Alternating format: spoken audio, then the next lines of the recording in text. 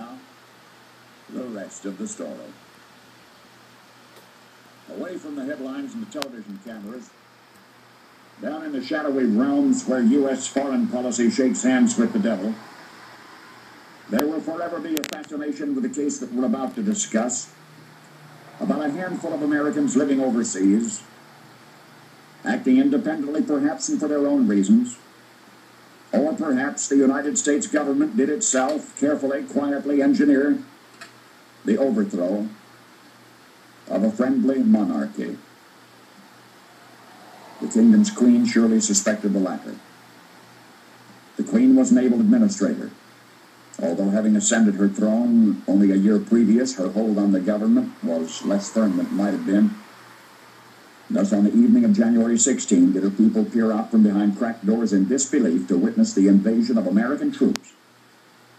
Now, this is something you never saw on the 6 o'clock news. But there, in part, is the evidence for intentional seizure by the United States. Now, wait a minute. We now know that American Foreign Minister John Stevens called in the Marines. Not, it would seem, on orders from our president, but he called in the Marines at the request of a small group of American businessmen who resided in that foreign country. In fact, it appears these businessmen had been plotting the overthrow of this government for almost a year.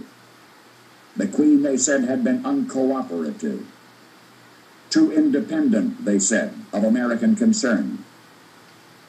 There will always be those who insist there was a conspiracy, that the United States had plotted for years to bring this kingdom under its control, that the businessmen were simply part of the plot.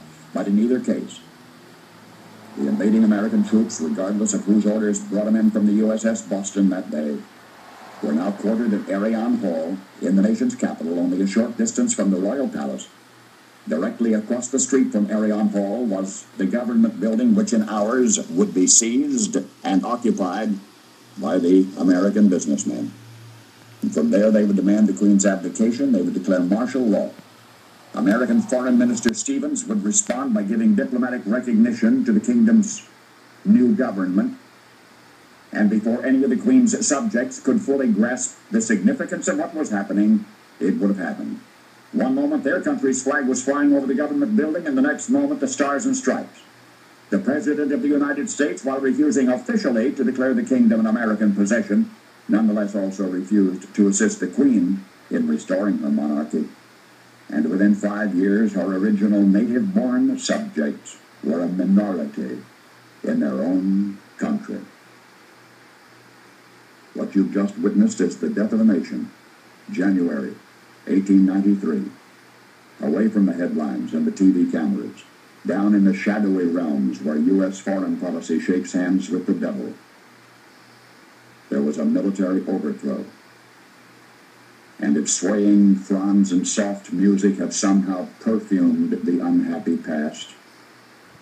Don't let it be forgot that once there was a spot where ruled a capable and dignified queen named Liliuokalani. It was a kingdom of islands called Hawai'i. Now you know the rest of the story.